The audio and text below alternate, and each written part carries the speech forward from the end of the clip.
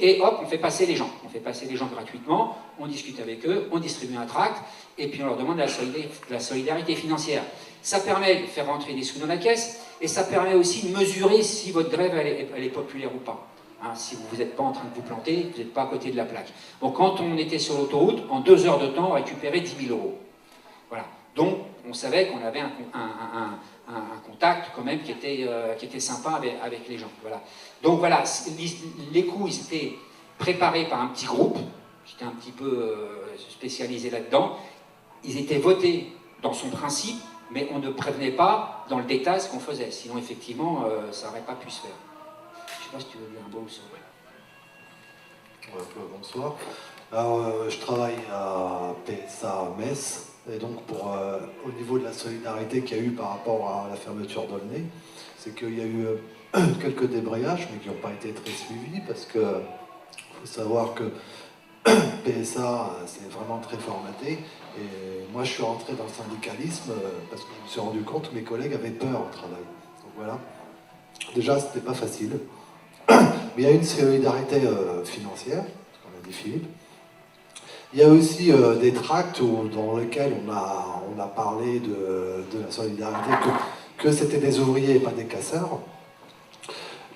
Et aussi, parce que ce qu'il faut savoir, c'est qu'il y a eu à peu près 200 cadres, chefs d'équipe, qui sont venus de toutes les usines du groupe pour essayer de briser la grève d'Aulnay. Et nous, on a mis clairement dans un tract qu'on avait les noms de ces gens dans l'autre usine qui était partie. Ensuite, je voulais juste faire un petit parallèle avec... moi, j'habite à Metz, et à peu près à la même époque, il y avait la fermeture de l'usine d'ArcelorMittal à Florange. Et là, je voulais quand même faire le parallèle, parce que comment ça s'est passé le combat de ArcelorMittal à Florange, c'est que la CFDT, qui était majoritaire, a décidé, eux, en fait, il n'y a pas eu un seul jour de grève, il y a eu 2 tracts de distribués. C'est-à-dire qu'ils ont fait le choix de la médiatisation à outrance, et après on a vu ce que ça a donné avec Édouard Martin, en fait, le plan qu'il y avait derrière. Donc, à Aulnay, à PSA Aulnay, ils ont décidé déjà, enfin ils ont décidé de le faire, de mettre les salariés dedans. C'est pas de faire de la représentation. C'est-à-dire qu'il y a eu des assemblées générales de travailleurs, grévistes et non grévistes, qui étaient souveraines et qui décidaient de tout. Et là, je pense, enfin moi, en tant que salarié de PSA, moi, ça m'a redonné de la fierté, de la dignité, quoi. Voilà, parce que leur grève, leur combat, pour moi, ça a été... Il y a 2 choses, enfin, c'était exemplaire pour moi, mais parce que c'était les assemblées générales des travailleurs, grévistes et non grévistes qui décidaient. Et autre chose, c'est qu'on a tendance à l'oublier, mais la grève, c'est la liberté. Et c'est ce que je dis maintenant dans les ateliers, quand je vais voir mes collègues, c'est que la grève, c'est la liberté, ça, il ne faut pas l'oublier. Voilà. Juste avant la question, je vais rajouter un petit truc, parce que tu parlais des équipementiers, Philippe. Nous, on avait une section syndicale CNT chez LIR à Saint-Ouen, qui était d'ailleurs équipementier pour... à Saint-Ouen, à l'Aumône, ouais. Qui était d'ailleurs équipementier pour Aulnay, d'ailleurs. Et qu'après la fermeture d'Aulnay, il y a eu après ce qu'on oublie souvent quand il y a on va dire quand il y a des fermetures comme ça, des grosses centrales, on oublie toutes les répercussions derrière sur les... Et donc l'équipementier à Saint-Ouen, c'était alors un établissement distinct, c'est-à-dire que c'était, vous savez comment sont faites les entreprises, vous avez enfin, comme PSA, hein, c'est-à-dire que vous avez des grosses entreprises et après vous avez généralement des établissements distincts qui sont gérés par des CE distincts, des comités d'entreprise distincts, des sections syndicales distinctes, etc. Et en fait, ce qui s'est passé, c'est que juste après Aulnay, dans cette structure-là, la CFDT, comme par hasard, a négocié un plan de départ volontaire. Vous savez, c'est ce grand nouveau mot génial de plan de départ volontaire où les gens sont volontaires pour être licenciés. Donc, on est toujours très volontaire d'être licencié, avec des énormes primes. Et ça a été super compliqué, c'est-à-dire que la CNT, qui était pourtant implantée, qui faisait facilement 30-40%, mais qui était minoritaire, s'est fait bananer par SIA, qui est le syndicat maison, mais peut-être qu'il en reparlera Philippe, par SIA et par la CFDT qui ont signé cet accord. Et c'était très compliqué parce que, en fait, les salariés n'ont pas voulu, n'ont pas réussi à suivre la grève parce qu'on leur promettait par exemple 60 000 € de prime de départ pour des gens qui touchent le SMIC tous les mois, ou pour plein de gens qui étaient à temps partiel, ou des pré-retraites ou des choses comme ça. Et en fait, la lutte pour on va dire pour défendre les postes, l'emploi et l'entreprise, on s'est fait, enfin, en gros, la section CNT, elle s'est fait massacrer par l'accord CFDT de plan de départ volontaire. Et donc, il y a ça aussi souvent, mais je sais pas comment ça s'était passé, voilà, mais moi, dans ma boîte, c'était pareil d'ailleurs, mais la notion, vous aurez ça dans plein de grosses entreprises maintenant, c'est cette notion de plan de départ volontaire qui est souvent signée par les syndicats, moi je dis jaunes, hein, je suis désolé si ça choque, mais les syndicats jaunes, notamment souvent la CFDT ou les syndicats de boîte, qui joue sur, on va dire, la fibre de toute façon c'est foutu, vu que le donneur d'ordre a fermé, nous dans 6 mois on est mort, et donc il vaut mieux prendre 50 ou 60 000 € maintenant que de se retrouver avec zéro dans quelques mois. Et c'est quelque chose qui est super difficile à casser comme, on va dire, comme séparation et comme dynamique qui est imposée par les directions d'entreprise pour essayer justement de casser les convergences entre les donneurs d'ordre, les entreprises, etc. Donc, comme tu avais déjà posé une question, je te reprends après.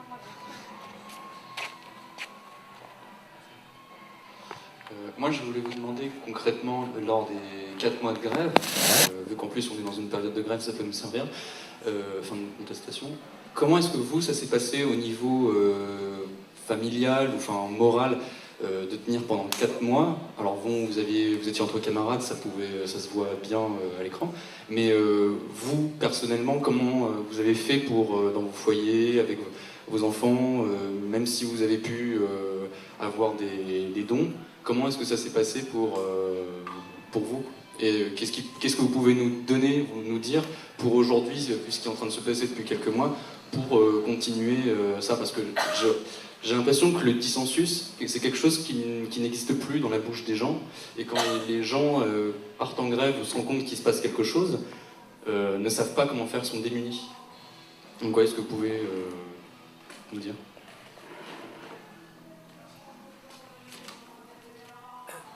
Bon, c'est un peu difficile comme question à répondre. Tu dis pour moi personnellement ou pour tout le monde? Bon, moi j'ai un certain âge, voilà, mes enfants ils sont grands, ils vivent un peu leur vie, c'était pas trop compliqué pour moi. Ça peut être peut-être compliqué pour d'autres camarades. Je t'avoue que je sais pas vraiment te répondre concrètement. Je crois que le principe, enfin, il y a quand même un élément important, c'est le fait qu'on ait l'élément financier. Hein. On a fait donc 4 mois de grève, ça veut dire 4 mois qui étaient payés à zéro. Donc il a fallu cette fameuse solidarité qui a permis de verser des chèques de 800 à 1000 €, plus des camarades qui avaient des aides. On a eu toute une politique, ça quand même, pour qu'on se retrouve avec les moyens financiers. Et la solidarité financière dont j'ai parlé tout à l'heure, faut pas croire, c'est bon, nous on a des malheurs et puis toute la France va nous envoyer des chèques. Ça marche pas comme ça. Hein, c'est quand même une solidarité, faut aller la chercher, la solidarité. Faut aller la chercher. Bon, c'est sûr qu'il faut essayer de trouver des relais qui nous aident. Il y a les relais aussi dans les médias qui peuvent faire savoir qu'on est en grève. Bon, et puis aussi qui retransmettent les appels de solidarité. Bon, là, il n'y a pas beaucoup de journaux sur lesquels on peut s'appuyer. On s'appuyait quand même sur l'Humanité Dimanche notamment, l'UMA qui a relayé ça. Ça compte parce qu'il y a beaucoup de... Bon. Et après, c'était toute la démarche d'essayer de faire que les camarades ne plongent pas financièrement. Ça, parce que sinon, effectivement, là, on serait retrouvé dans des situations catastrophiques qui seraient arrivées dans les familles. Bon, ça, je crois qu'on a réussi à éviter cet écueil-là. D'ailleurs, j'en profite pour dire que quand on a redistribué l'argent on a créé une association, on a créé un compte pour pas que l'argent aille sur le compte d'un syndicat. Même si on était à la CGT, s'il y avait beaucoup de militants de la CGT dans la bagarre, on ne voulait pas que ça soit, qu'il y ait de mélange, et qu'on comprenne bien que l'argent, c'était l'argent de la grève, etc., qu'il n'était pas question, qu'il n'y ait pas d'ambiguïté là-dessus. Voilà. Et après, il y a eu beaucoup de discussions dans les comités de grève, enfin, il y en a eu 2 ou 3, pour savoir comment redistribuer l'argent. C'est pas si simple que ça. Est-ce qu'on fait le complément de l'argent qui a été retiré sur les feuilles de paye? Alors là, ça veut dire que ceux qui gagnent plus continuent à gagner plus, et ceux qui gagnent moins, etc. Bon, on n'a pas fait ce choix-là. Voilà, ça a été discuté là. Et après, on a remis ça. Dans le film, il y a une scène là-dessus qui passe un peu rapidement. Vous avez vu cette grande table qu'on avait fait avec le camarade qui vient, avec sa feuille de paye. On avait listé chaque gréviste. Hein.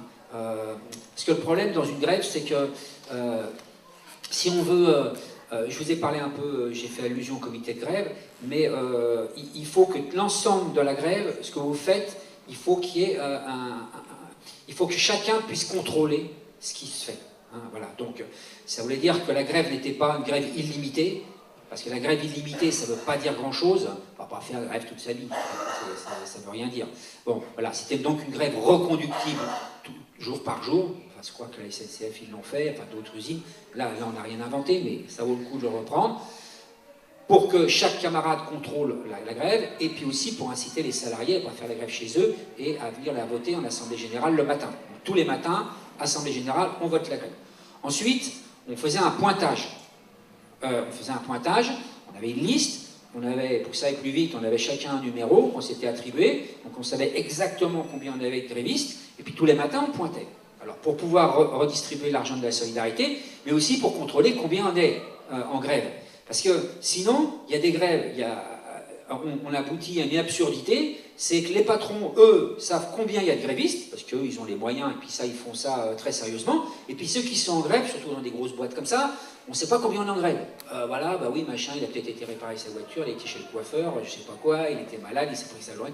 Bon, au bout d'un moment, on ne contrôle plus rien. Donc, il faut contrôler. Et ce chiffre du pointage qu'on avait, on le redonnait à tout le monde, il n'était pas secret. Hein, parce que donc comme ça, on pouvait voir si on montait, si on descendait, et puis quelle tactique on pouvait avoir. Bon, on a démarré la grève à 5 à 600 grévistes, presque 600, 580, puis après on l'a terminé à 200. Hein, voilà. Donc c'était important pour nous de contrôler. Bon voilà, donc l'histoire du contrôle, elle est super importante. Quand on faisait les chèques, bon, c'était un chèque. Là, si vous me demandez, je peux vous dire, aujourd'hui, on a conservé les listings. Bon, on ne les a pas publiés parce que c'est après, mais on les a, on peut vous dire qui a touché combien, premier chèque, deuxième chèque, troisième chèque, quatrième chèque. Voilà. Donc, le camarade, on lui faisait son calcul, on faisait son chèque, et à la fin de la table, il y avait une commission de litige. C'est-à-dire qu'il y avait 3-4 camarades qui étaient là, et s'il y avait un salarié, vous voyez, qui n'était pas d'accord sur la somme qu'il avait reçue, il y avait la commission de litige. Dans la commission de litige, pas de délégué. Pas de délégué, donc que ce soit les ouvriers qui s'impliquent, etc. Donc, s'il y a un camarade qui disait bah, « je ne suis pas d'accord, j'ai touché que 800 €, j'aurais dû en toucher 1000, etc. » D'après le calcul, le mode de calcul avait été discuté et puis mis à tout le monde. La commission de litige, si elle résolvait le problème, si elle n'y arrivait pas, à ce moment-là, le problème était posé le lendemain au comité de grève. Et c'est l'ensemble du comité de grève qui tranchait la question de savoir si le camarade, il aurait dû percevoir un peu plus, etc. Voilà. Donc ça, la grève, c'est, si on veut... bon, l'idée, c'est que les salariés, les ouvriers font tourner les usines. Donc l'idée, c'est de leur apprendre, de s'apprendre mutuellement. Quand je dis leur apprendre, il n'y a pas un professeur qui apprend, c'est pas ça. Mais on apprend tous ensemble, collectivement, à faire tourner nos grèves. On fait tourner les boîtes, on est capable de faire tourner nos grèves.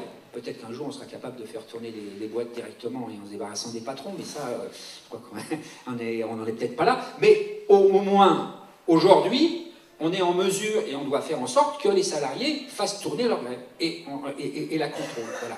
Vous avez même la scène où on se fait embarquer par le MEDEF. La semaine où on se fait embarquer par le MEDEF, après le MEDEF par les flics, bon, cette scène-là, cette affaire-là, on ne l'avait pas discutée. On ne l'a pas discutée dans le détail, qu'est-ce qu'on ferait si on se fait coincer en sortant d'une opération coup de poing. Bon, voilà. Donc, ça s'est fait spontanément. Mais, moi, je ne l'ai pas vu sur le moment. Ça, c'est un peu l'intérêt d'un film, puisque le film, il a l'avantage quand même même pour moi, revoir le film et revoir ça me permet de réfléchir sur ce qu'on a fait. Parce qu'on fait des choses dans la vie, on les fait un peu comme ça, on sait pourquoi on les a fait. Et après, avec le recul, bon, c'est l'intérêt des livres aussi, et puis aussi, et du cinéma. Bon, voilà, donc, cette scène-là, on a les flics, on est entouré par les flics, on sortait du MEDEF, ils nous faisaient croire qu'on allait remonter dans nos cars, mais c'était bidon, ils nous faisaient patienter pour aller chercher le panier à salade. Parce que le problème, c'est que quand tu veux embarquer 100 personnes, ils n'ont pas de panier à salade assez grand, il faut qu'ils aillent le chercher assez loin, ils n'en avaient qu'un, donc il a fallu qu'ils fassent plusieurs tours. Voilà. Donc, bon, après, qu'est-ce qu'on a fait? Le camarade dit, on fait les chaînes. Et là, tous les camarades font les chaînes. Ils s'accrochent. Bon, pourquoi? Pour faire un gros bloc, là, parce que la technique des flics, c'est d'en extraire un, d'en exfiltrer un, commence à lui taper dessus, et là, ça devient insupportable, et des copains bon, et on comprend, hein, qui ont envie de se foutre sur la gueule avec le fléau, voilà, de libérer notre camarade, on va dire, et après, ça part en cacahuète, et c'est fini. Bon, donc, là, on s'accroche, on fait les chaînes, puis ils arrivent à nous en extraire un ou deux. Bon, alors là, la situation, elle devient différente, et il y a un camarade qui dit, bon, ben, on rentre tous dans le panier à salade. Alors là, les flics ont été ahuris, ils n'ont jamais vu des mecs se précipiter dans un panier à salade. On rentre tous dans le panier à salade, voilà. Puis vous avez vu les discours d'un ou deux camarades, et puis il y a Abdel, un des copains, qui dit Miloud démarre. Bon, alors le Miloud démarre, Miloud n'existe pas. Miloud, c'est le surnom que le camarade il a trouvé sur le moment pour nommer le flic qui était au volant du car. Voilà, du panier à salade, peut-être qu'il était d'origine marocaine comme lui, c'est pour ça qu'il l'appelait Miloud, et dit Miloud démarre. Bon, moi, cette scène-là, je ne l'avais pas vue, j'étais loin de trucs, elle serait passée dans l'oubli, mais finalement, elle est un peu symbolique de ce qu'on a voulu faire, c'est-à-dire quand même dans la situation... la cerise sur le gâteau, c'est que c'est nous qui avons dit aux flics de démarrer. Voilà, c'est ça, c'est un peu l'idée. C'est que même dans la situation, on était dans une situation qui n'était pas favorable, on se faisait embarquer par les flics, on contrôle. Voilà, on contrôle ce qu'on fait. On contrôle collectivement. Après, si on se plante, voilà, on discutera qu'on s'est planté, qu'on aurait dû faire ci, qu'on aurait fait ça, mais on le fait collectivement. Et on apprend aux camarades à faire les choses collectivement. Voilà, c'est l'idée. Et ça peut se construire, ça ne peut que se construire que si votre grève, d'entrée de jeu, vous la faites, bon, à travers le comité de grève. Mais je ne voudrais pas non plus que le comité de grève soit la panacée, etc. Quoique, bon, le comité de grève, on ne l'a pas inventé. Hein, toutes les grèves au XIXe siècle, c'est des comités de grève. Jusqu'à la Deuxième Guerre mondiale, jusqu'à 1938, 39, en 1936, toutes les grèves, si vous ouvrez les bouquins d'histoire, il y a des comités de grève systématiquement. C'était classique. Bon, ça a peut-être son origine en France avec l'anarcho-syndicalisme. Il ne faut pas oublier que la CGT a été fondée par des anarcho-syndicalistes. Bon, là, petite fleur à la CNT quand même, on est invité. Mais c'est vrai quand même. Voilà, le comité de grève, c'est quand même la tradition du mouvement ouvrier qui disparaît après-guerre, dans les années 50, voilà, où c'est les syndicats, les directions syndicales qui reprennent la main directement. Ça réapparaît après les années 68. 68, là, de nouveau, il y a des comités de grève qui vont se faire. Un qui est célèbre, mais il ne s'appelait pas comité de grève, mais c'était comité d'action, je crois que c'est LIP. Je ne sais pas si vous avez déjà vu le film de Rouault là-dessus, qui est extraordinaire. Bon, voilà, c'est la même idée. Hein. Vous avez, après, une fois qu'on fait un comité de grève, on fait des commissions, et puis les copains travaillent pour faire tout ce qu'il y a à faire dans une grève. Voilà. Il y a eu le comité de grève dirigé par Arlette Laguillet, dans la grande grève des banques, une grève qui était partie du Crédit Lyonnais, qui s'est étendue tout le Crédit Lyonnais et à toutes les banques en France pendant 2 mois, qui a été dirigée par un comité. Comité de grève chez Chausson. Chausson, c'était le partenariat Peugeot-Renault pour fabriquer les utilitaires, à Chausson-Creil, à Chausson-Gennevilliers. Bon voilà, puis il y en a d'autres, il y en a d'autres. Donc on voit que le comité de grève, à chaque fois qu'il y a un mouvement un peu social un peu important, réapparaît l'idée qu'on est tous ensemble, on doit discuter et on doit s'organiser ensemble. Et que ça ne doit pas tomber entre les mains de spécialistes, entre guillemets. Voilà. Donc le comité de grève, qu'est-ce que c'est? C'est dans une assemblée générale, vous convoquez une assemblée générale, et puis vous demandez à tous ceux qui veulent en être, d'organiser, de mouiller leur chemise, et puis de venir le faire. Et là, on ne demande pas aux camarades s'ils sont syndiqués ou pas syndiqués, et s'ils sont un syndicat ou un autre. On ouvre la porte à tout le monde. Ce qui a l'avantage de résoudre le problème de la division syndicale, parce qu'en France, au moins, on est riche sur un certain plan, c'est qu'on est riche de syndicats. Bon, voilà. Dans l'usine, on était 7 syndicats, et puis il y a des usines, c'est des vraies usines à syndicats. Air France, je crois qu'il y en a 60, avec les syndicats corporatistes, à la SNCF aussi, bon voilà. Donc, faut bien régler ce problème-là. La solution qui nous est proposée habituellement, c'est l'intersyndical. Sauf que l'intersyndical, ça marche tant que ça marche. Voilà, ça semble être la palissade que je dis, mais au départ, vous avez tous les syndicats qui démarrent, et puis au bout d'une semaine, il y en a un qui décroche, il y en a un autre qui décroche, et puis les salariés se démoralisent, on ne sait plus ce qui se passe, et ça commence à s'engueuler, etc. Bon, voilà. Donc, c'est un coup classique. Cette grève-là n'aurait pas pu tenir pendant 4 mois s'il n'y avait pas eu un comité de grève. On se serait cassé, au bout du 3e jour de grève, ils nous lock-out l'usine. Ils nous la ferment l'usine. 3 jours de grève, là, 1 semaine, rentrez chez vous, il n'y a plus rien à voir, circulez. Voilà, ils pensaient casser la grève. Bon, ils ne l'ont pas cassée. Il y a des camarades qui, à ce moment-là, voulaient réinvestir l'usine en se foutant sur la gueule avec les vigiles. C'est pas que l'idée soit fausse, hein. Récupérer l'usine qu'on t'a piquée, je ne dis pas que c'est faux.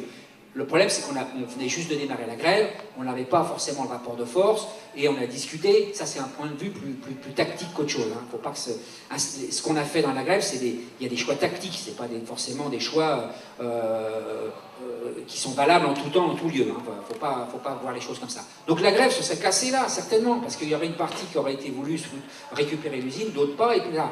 Bon, au moment de la signature de l'accord, au bout de 2 mois, ils font signer tous les syndicats, il n'y a que la CGT qui ne signe pas. Ouais, d'accord, mais tous les autres syndicats, ils signent quand même. Donc ça, c'est un coup classique. La moitié des grèves en France, peut-être, je dis en France, mais dans les autres pays, ils se pètent la gueule là-dessus. Ils se pètent la gueule, là. La grève, elle se casse en deux sur ces trucs-là. Bon, donc voilà, il y a toute une série de choses très classiques dans les méthodes que les patrons utilisent pour casser les grèves, que tu peux encaisser, tu peux rebondir dessus, que si tu as remis la direction de la grève entre les mains des salariés. Voilà. Le comité de grève, tu remets la direction entre les mains des salariés. Alors maintenant, je ne vais pas être non plus, faire l'enfant de cœur. Tout le monde est placé à égalité dans le sens où un homme, une voix. Ça a été dit. Voilà. Ça, il faut que ce soit respecté. Maintenant, vous allez me dire, ouais, d'accord, tu nous dis ça, mais tu as vu dans le film, c'est bourré de délégués CGT, c'est vous qui avez dirigé la grève en vérité. Oui et non. C'est vrai qu'il y a des camarades qui militaient. Alors il y a 3 syndicats qui ont démarré, CGT, Sud et CFDT. CFDT était très petit, Sud, ils avaient passé la barre des 10%, c'était pas un gros syndicat, puis nous, on faisait 36% dans le collège ouvrier. Voilà, donc après, Sud a lâché au bout de 3 mois de grève, et il n'est resté que CGT et CFDT. Donc, c'est vrai qu'il y a des militants, j'en faisais partie, mais le problème, c'est et qu'il faut des militants. Il en faut des militants qui soient la mémoire qui aient une compétence, qui aient une expérience, qui soient un peu la mémoire des mouvements ouvriers, etc. Bon voilà, moi je m'intéresse à ça, je ne sais pas pourquoi, je pourrais m'intéresser à autre chose, je m'intéresse à ça, bon voilà, donc je connais pas mal de trucs. Bon.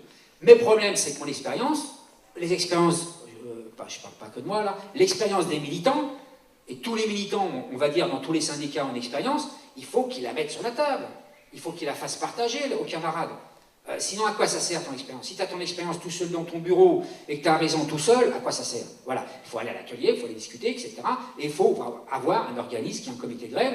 Et puis ça permet, même si tu penses que tu as raison, parce que si, parce que ça, tu le mets sur la table et ça permet de vérifier si les camarades ils te comprennent. S'ils ne te comprennent pas, il y a un problème, c'est que toi tu t'es planté, que tu t'es mal expliqué, etc. Donc on revient. Et puis aussi, et ça je l'ai pu le vérifier, et puis les camarades qui font du syndicalisme, ils l'ont peut-être vérifié des tas de fois aussi, c'est qu'on a beau être grand spécialiste, entre guillemets, de l'affaire, tout d'un coup, vous avez un salarié qui lève la main, qui dit « Ah, au fait, il y a ça. » Bam. Et le mec, boum, direct au but, voilà, penalty, il a visé juste, il y a un truc sur lequel on était en train de se planter, que personne n'avait vu, et il redresse la barre. Bon voilà, même si le gars, c'est sa première grève, dedans il y avait des salariés, c'était leur première grève, voilà. Donc, mais ils ont une importance aussi grande que les autres au final, même si dedans, c'est vrai qu'il y a des militants. J'insiste pour terminer sur le fait qu'il y ait des militants, parce qu'en face, vous avez des DRH qui sont des grands spécialistes de l'affaire, c'est des serial killers des fermetures d'usines. Le Varin, là, le Philippe Varin, il venait de Péchinet, il avait fermé 2 ou 3 usines, Il arrive chez Peugeot, il reste 5 ans, il se tire avec 21 briques dans la poche, il a fermé Aulnay, et maintenant il est chez Areva, et il est en train de démanteler Areva. Voilà, le mec là, celui qui vous dit que tout est parfait et tout va bien, là il s'appelle Philippe Dorge, le DRH, maintenant il est directeur à la Poste, il est DRH à la Poste. Il va faire la même saloperie qu'il a fait chez Peugeot. Voilà, et c'est un petit nombre. Et pour ceux qui ont vu, merci patron aussi, on voit avec les mecs d'où ils viennent, etc., leur parcours, c'est ces mecs-là. Donc en face, on a des mecs, quand nous, on se prend une fermeture dans la gueule, c'est la première fois, généralement, pour un salarié. En face de nous, on a les DRH quand on sont à leur 2e, 3e, 4e fermeture d'usine. Et ils ont réfléchi à l'affaire.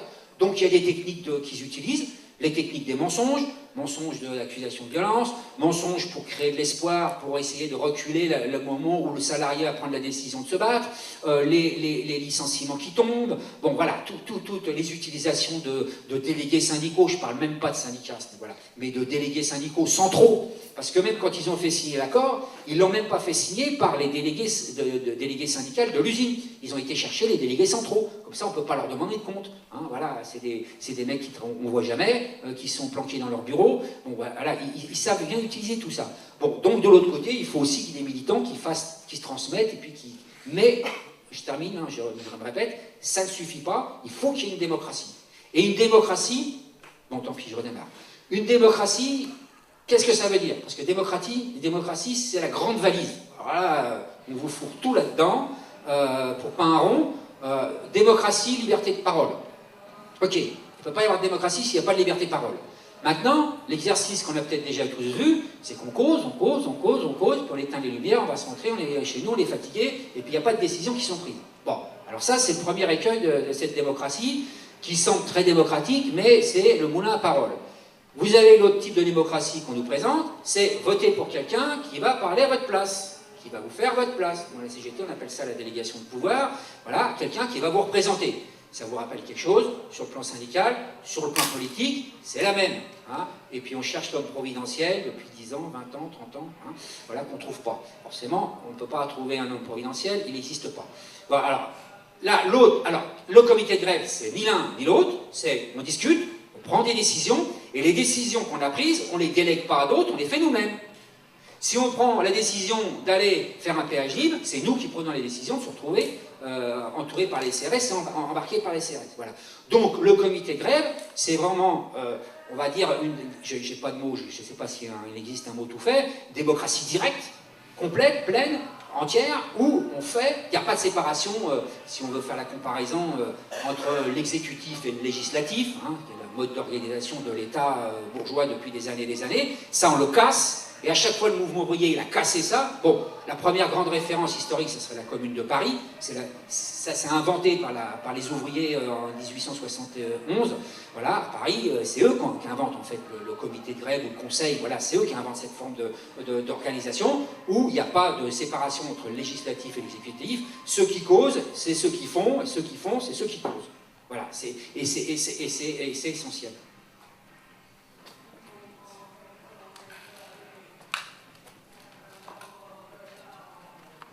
Oui, à la fin, on voit ceux qui n'avaient pas fait la grève, qui se font enfler.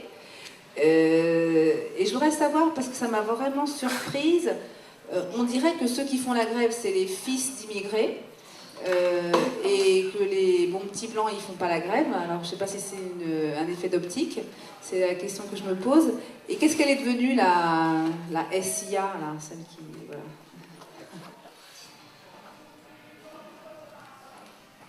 Alors la SIA, ce qu'elle est devenue, c'est qu'elle s'est fait licencier. Elle est partie avec dans un plan social, vous savez, un plan social. Plan licenciement, excusez-moi.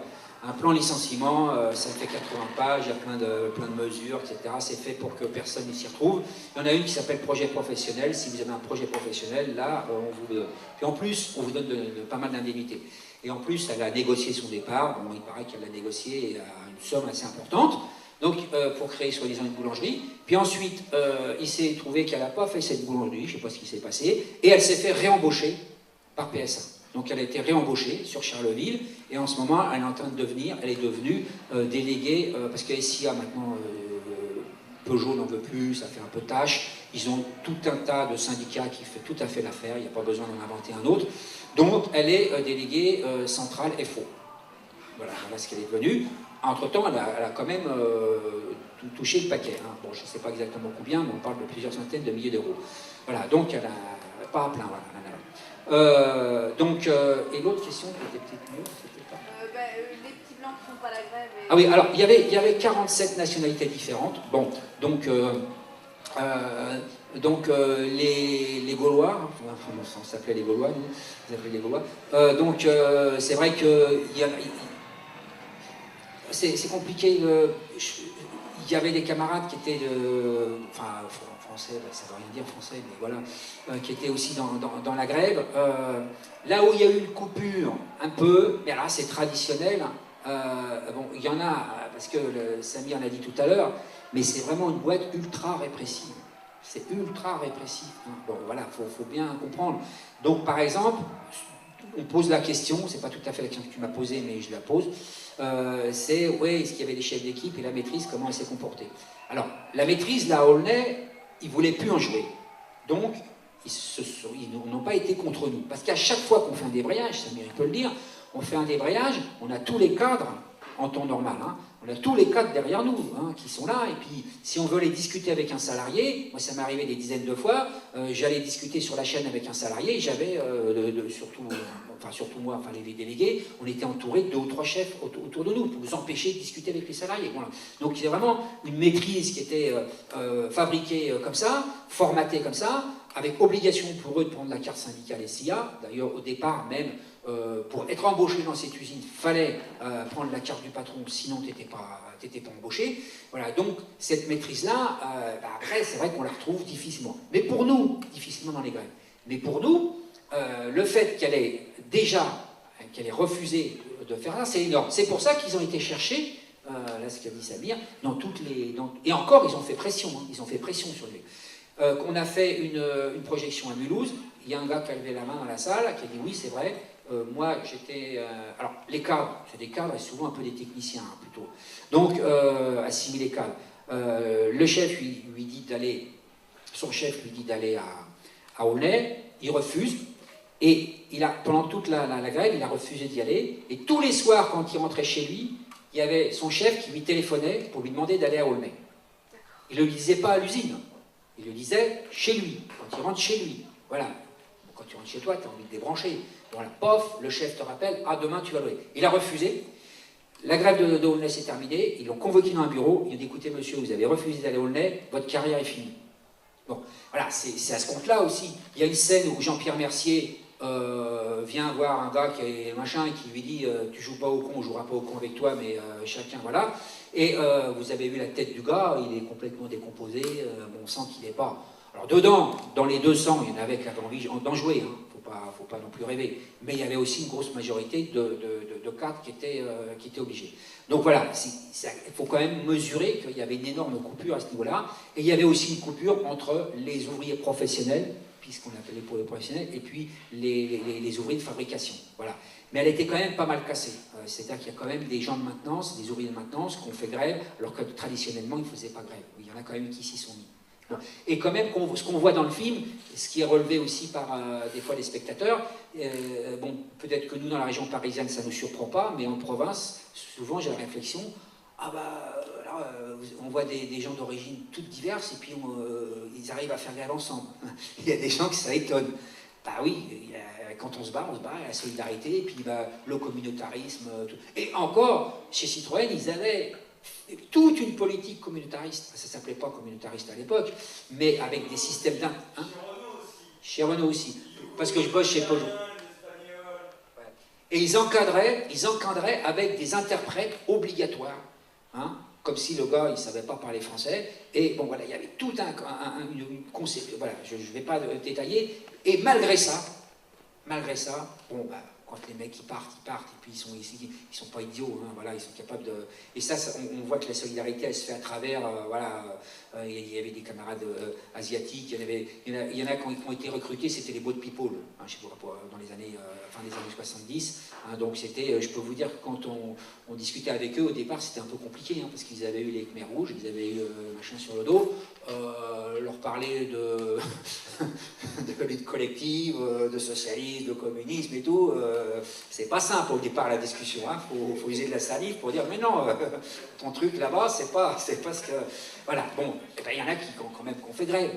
Voilà, alors les non-grévistes qui se sont fait enfler. Alors voilà, là Françoise Davis, elle a mis cette scène, bon, même si je vous ai dit que son choix c'était de filmer ceux qui relèvent la tête, on pourrait faire d'autres films. Il y en a un autre documentaire qui s'appelle Les mots de la fin. Bon, voilà, Les mots de la fin, c'est un documentaire qui est passé à la télévision. Bon, il y a quand même des choses très bien dans ce film-là. Et on voit aussi, je dis, il y en a comme, ce documentaire n'est pas centré sur la grève, sur l'organisation de la grève. Donc on voit plus des gens qui ont découvert que les patrons c'était des salauds, etc. Voilà. Parce qu'on pourrait faire, je dis, plusieurs films. Françoise Davis nous filme ceux qui font grève, mais à la fin du film, elle met quand même, elle a eu raison de le faire, même si au moment ça me plaisait à moitié, elle aurait pu arrêter son film, on fait le barbecue, tout le monde est content, on a arraché ce qu'on a pu avec le patron, et puis etc. Bon, voilà, ça aurait été quand même pas très... voilà. Il y avait quand même tout un tas de salariés qui avaient cru la direction, et les pressions de la direction, c'était de dire, si je te vois dans la grève, tu n'auras pas ta mutation.